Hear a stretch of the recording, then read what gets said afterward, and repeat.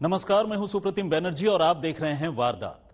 13 मई की सुबह आम आदमी पार्टी की सांसद स्वाति मालीवाल दिल्ली के सीएम अरविंद केजरीवाल के घर उनसे मिलने पहुंचती है। अभी वो ड्राइंग रूम में बैठी ही थी कि सीएम केजरीवाल के पीएस विभव कुमार उन पर बुरी तरह से टूट पड़ते हैं। वो न सिर्फ स्वाति के साथ बदसलूकी करते हैं बल्कि उन्हें बुरी तरह से पीटते भी हैं। कम से कम स्वाति ने पुलिस को दी गई अपनी शिकायत में कुछ ऐसा ही कहा है। मगर सवाल ये उठता है कि आखिर विभव ने स्वाति के साथ ऐसा किया ही क्यों? आखिर इस वारदात के पीछे का मकसद यानी मोटिव क्या है? तो पेश है 13 मई की सुबह का पूरा सच।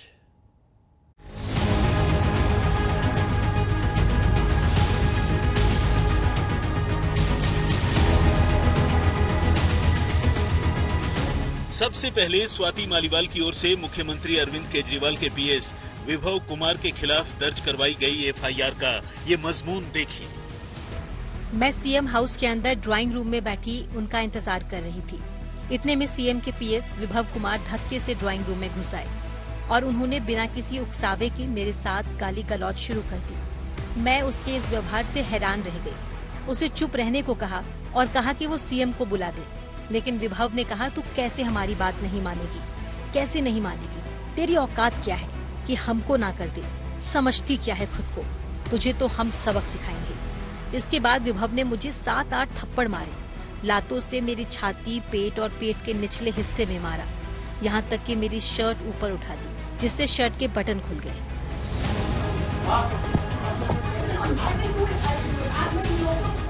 और अब उसी वारदात से जुड़े चंद सेकंड्स के इस वीडियो क्लिप पर भी नजर डालें। इस वीडियो क्लिप की आज तक पुष्टि तो नहीं करता, मगर वीडियो में दिख रही तस्वीरों और इसमें सुनाई दे रही बातों से ये साफ है कि 13 मई की सुबह सीएम अरविंद केजरीवाल के बंगले पर स्वाति मालीवाल के साथ जो कुछ भी हुआ अच्छा नहीं हुआ। I will do it. आज मैं इन लोगों को सबको बताऊं। हाँ, बता देना।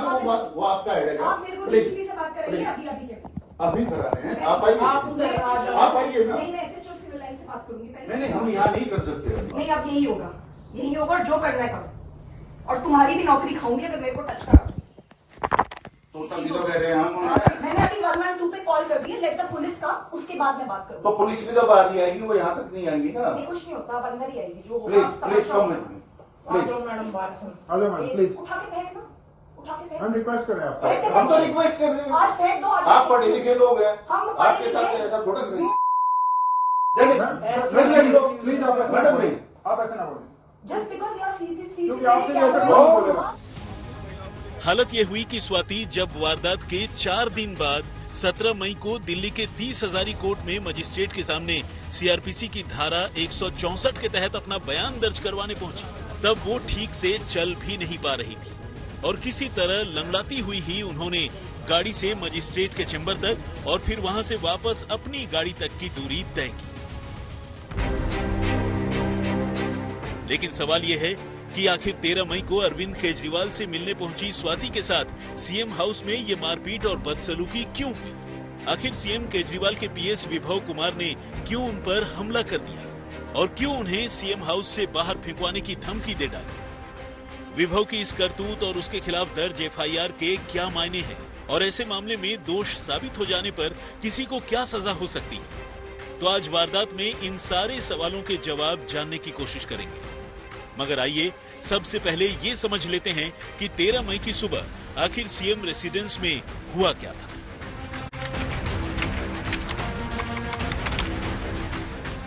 स्वाति की ओर से दर्ज करवाई गई एफआईआर के मुताबिक वो सीएम अरविंद केजरीवाल से मिलने सुबह सवेरे उनके घर पहुंची थी। वो सबसे पहले सीएम के कैंप ऑफिस में गई। इसके बाद उन्होंने सीएम के पीएस विभव कुमार को कॉल किया, लेकिन बात नहीं हो सकी। इसके बाद उन्होंने विभव के मोबाइल नंबर पर व्हाट्सएप मैसेज भी भेजा, लेकिन उन्हें कोई जवाब नहीं मिला। चूंकि विभव कुमार वहां मौजूद नहीं था, इसके बाद वो पहले की तरह ही मेन डोर से सीएम हाउस के रेसिडेंशियल एरिया में चली गई और तब उन्हें ड्राइंग रूम में बैठने को कहा गया और बताया गया कि मुख्यमंत्री घर में ही मौजूद हैं और वो जल्द ही उनसे मिलने आएंगे। लेकिन इससे पहले कि सीएम उनके पास आते, उनके पीएस विभव कुमार धक्के के साथ कमरे में घुस आए और बिना किसी उकसावे के उनके साथ गाली गलौज की शुरुआत कर दी। यहाँ तक कि बगैर किसी उकसावे के ही उन पर हमला कर दिया और उनके साथ मारपीट भी शुरू कर दी। 13 मई को सुबह करीब 9 बजे मैं दिल्ली के मुख्यमंत्री अरविंद केजरीवाल से मिलने उनके कैंप दफ्तर गई थी। ऑफिस जाने के बाद सीएम के पीएस विभव कुमार को फोन किया, लेकिन मुझसे संपर्क नहीं हो सका। फिर मैंने उन्हें व्हाट्सएप पर एक मैसेज भेजा, लेकिन कोई जवाब नहीं आया। इसके बाद मैं घर के मुख्य दरवाजे से अंदर गई, जैसा कि मैं पिछले कई सालों से हमेशा से करती आई हूँ। मुझे बताया गया कि वो घर में मौजूद हैं और मुझे ड्राइंग रूम में जाने को कहा गया। मैं ड्राइंग रूम में जाकर सोफे पर बैठ गई और मिलने का इंतजार करने लगी। एक स्टाफ ने आकर मुझे बताया कि सीएम मुझसे मिलने आ रहे हैं, और इतना कहने के बाद ही सीएम के पीएस विभव कुमार कमरे में घुस आए। वो बिना किसी भी उकसावे पर चिल्लाने लगा और यहाँ तक कि मुझे गालियाँ भी देने लगा। मैं अचानक हुई इस हरकत से स्तब्ध रह गई। मैंने उससे कहा कि वो मुझसे इस तरह बात करना बंद करे और सीएम को फोन करे। उसने कहा, तू कैसे हमारी बात नहीं मानेगी, और थप्पड़ मारना शुरू कर दिया। उसने मुझे कम से कम 7-8 बार थप्पड़ मारे। मैं चिल्लाती रही। स्वाति की ओर से पुलिस को दिए गए बयान के मुताबिक विभव ने पहले उन्हें लगातार 7-8 थप्पड़ मारे, जिससे वो बुरी तरह घबरा गई और मदद के लिए चीखने चिल्लाने लगी। उन्होंने किसी तरह अपने पैरों से विभव को दूर करने की कोशिश की, लेकिन इसके बाद विभव फिर उन पर झपट पड़ा और उन्हें घसीटने लगा। विभव ने जानबूझकर उनकी शर्ट ऊपर कर दी, जिससे शर्ट के बटन खुल गए और स्वाति इस मारपीट में जमीन पर गिर पड़ी और उनका सिर ड्राइंग रूम में लगे सेंटर टेबल से जाकर लगा। वो मदद के लिए चिल्ला रही थी, लेकिन वहां उनकी मदद के लिए कोई नहीं था। विभव ने स्वाति के सीने, पेट और पेट के निचले हिस्सों में लातों से मारा। स्वाति के मुताबिक उन्हें इस मारपीट से भयानक दर्द हो रहा था और वो विभव को बार बार रुकने के लिए कह रही थी, लेकिन विभव इसके लिए तैयार ही नहीं था। बाद में किसी तरह स्वाति खुद को विभव के कब्जे से छुड़ाने में कामयाब रही और जमीन पर गिर चुके अपने चश्मे को उठाकर वो सोफे पर ही बैठ गई और उन्होंने वहीं से बैठे बैठे दिल्ली पुलिस को 112 नंबर पर फोन कर इस वारदात की शिकायत की। लेकिन इतना सब कुछ होने के बावजूद विभव कुमार ने उन्हें फिर से जान से मारने की धमकी दी और इसी के साथ विभव ने जब देखा कि स्वाति ने पुलिस को फोन कर दिया है तो फिर वो कमरे से बाहर चला गया। मैं बिल्कुल सदमे में थी और बचाव के लिए उसे धकेलने की कोशिश की। वो मुझ पर झपटे, बुरी तरह से मेरी शर्ट को ऊपर खींच लिया। मेरी शर्ट के बटन खुल गए और मैं नीचे गिर गई। सेंटर टेबल पर मेरा सिर लगा और मैं नीचे गिर गई। मैं लगातार मदद के लिए चिल्लाती रही। विभव कुमार नहीं माने और लगातार मेरी छाती, पेट और निचले हिस्से पर लात मारते रहे। मैंने उनसे कहा कि प्लीज मुझे जाने दो, क्योंकि मैं बहुत दर्द में थी, लेकिन फिर भी वो बार बार पूरी ताकत से मुझ पर हमला करते रहे। मैं कोशिश कर रही थी कि किसी तरह से बाहर निकल जाऊं। फिर मैं ड्राइंग रूम में सोफे पर बैठ गई। हमले के दौरान मेरा चश्मा भी टूट गया था। इस हमले से मैं भयानक स्थिति में थी। मुझे गहरा सदमा लगा और मैंने 112 नंबर पर फोन कर घटना की सूचना दी। फिर जब उसे एहसास हुआ कि मैं 112 नंबर पर हूँ, तो वो कमरे के बाहर चला गया। कुछ देर बाद विभव सुरक्षा कर्मियों के साथ वापस आया। वो लोग मुझे चले जाने को कहने लगे। मैं उनसे कहती रही कि मुझे बेरहमी से पीटा गया है, उन्हें मेरी हालत देखनी चाहिए और पुलिस के आने तक इंतजार करना चाहिए। लेकिन उन लोगों ने मुझे परिसर छोड़ने को कहा। मुझे सीएम आवास के बाहर ले गए। मैं कुछ देर के लिए बाहर फर्श पर बैठ गई, क्योंकि मैं बहुत दर्द में थी। कुछ पुलिस वालों ने मेरे अनुरोध करने पर मेरे लिए ऑटो बुलाया। मैं भयानक दर्द और सदमे से पूरी तरह से टूट गई थी। इसे विभव का खौफ कहें या फिर कुछ और, इतना सब कुछ होने के बावजूद स्वाति ने उस रोज पुलिस में इसकी कोई रिपोर्ट दर्ज नहीं करवाई। यहाँ तक कि वो पुलिस स्टेशन भी गई, लेकिन वहाँ से वापस लौट आई। 3 दिन बाद जाकर उन्होंने पुलिस को अपना बयान दिया और तब पुलिस ने इस मामले में विभव के खिलाफ एफआईआर दर्ज की। फिलहाल इस एफआईआर में पुलिस विभव पर आईपीसी की धारा 308 यानी गैर इरादतन हत्या की कोशिश, 323 मारपीट करना, 341 गलत तरीके से रोकना, 354 शील भंग की नियत से हमला, 354 बी महिला को निर्वस्त्र करने की कोशिश, 506 आपराधिक धमकी और 509 यानी महिला के शील हरण की कोशिश जैसे जुर्म के इल्जाम में एफआईआर दर्ज कर ली है। और कानून के जानकारों की माने तो ये अपराध गंभीर है और इसमें जुर्म साबित होने पर कड़ी सजा तय है। 354B criminal force on women with intent to disrobe, यानी कि किसी भी महिला को निवस्त्र करने की कोशिश या निवस्त्र करना, ये काफ़ी सख्त इसमें सज़ा का प्रावधान है। इसमें मिनिमम सज़ा जो है वो 3 साल की और मैक्सिमम 7 साल तक की हो सकती है। 506 क्रिमिनल इंटिमिडेशन, इसमें अगर हत्या करने की धमकी है तो ये सज़ा जो है वो 7 साल तक की हो सकती है। इसमें जो 2 धाराएं हैं मुख्य, 308 और 354B, यह दोनों बहुत ही स्ट्रिंजेंट हैं। इसमें ये दोनों एक तो नॉन बेलेबल है और दूसरा ये कि ये कॉग्निजेबल ऑफेंस है। इसका मतलब हुआ कि पुलिस जो है वो विदाउट वारंट जो है वो अक्यूज को अरेस्ट कर सकती है। तो अगर ड्यूरिंग इन्वेस्टिगेशन ये पाया जाता है कि ये जो एलिगेशन है ये सही है या किसी हद तक सही है, तो मेरे ख्याल से mister Vaibhav Kumar will be in trouble. इसमें उनके सामने काफ़ी मुश्किलें आ सकती हैं।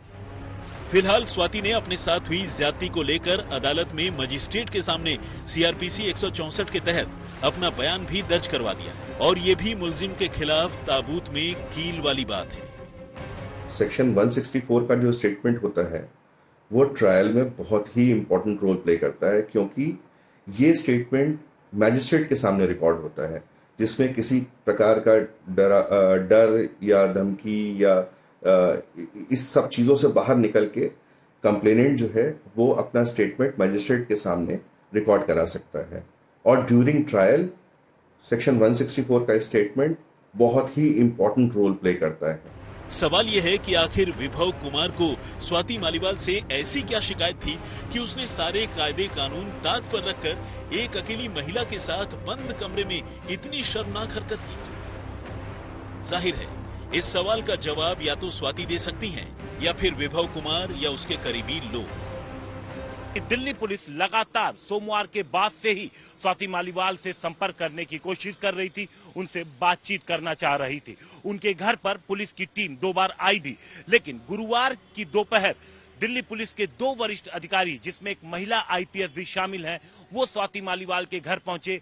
3 घंटे से ज्यादा का वक्त उन्होंने यहां पर बिताया। उसके बाद हमें जानकारी मिली कि स्वाति मालीवाल ने दिल्ली पुलिस की टीम को लिखित शिकायत दी है। शिकायत मिलने के बाद दिल्ली पुलिस का एक्शन तेज हो गया।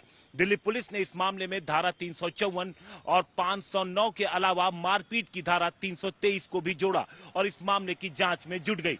पुलिस लगातार सोमवार के बाद से ही स्वाति मालीवाल से संपर्क करने की कोशिश कर रही थी, लेकिन स्वाति मालीवाल की तरफ से कोई जवाब नहीं मिल रहा था। लेकिन इस वारदात के बाद दोनों पक्ष बेशक बचते बचाते हुए चल रहे हैं। दिल्ली पुलिस तफ्तीश को लेकर पूरी तरह से एक्शन मोड में है। पुलिस ने साफ कर दिया है कि इस मामले के हर पहलू की बारीकी से जांच की जाएगी। पुलिस केजरीवाल के घर में लगे सीसीटीवी कैमरों की तमाम फुटेज भी जांचेगी ताकि वारदात के पूरे सीक्वेंस को समझा जा सके।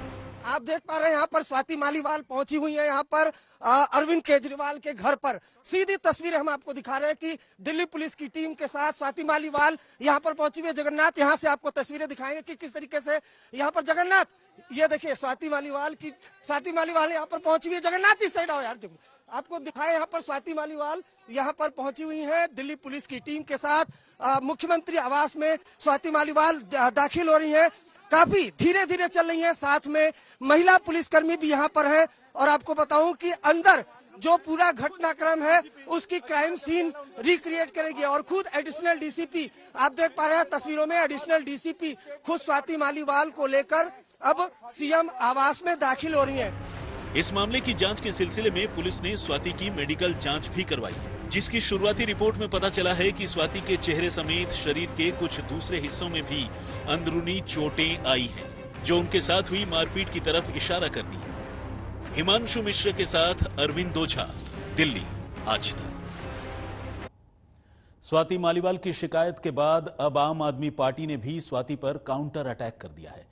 कहा गया है कि स्वाति ही जबरदस्ती सीएम हाउस के अंदरूनी हिस्से में घुसने की कोशिश कर रही थी और जब उन्हें रोकने की कोशिश की गई तो उन्होंने विभव को धक्का दिया और अब तो विभव कुमार ने भी स्वाति के खिलाफ काउंटर केस दर्ज करा दिया है।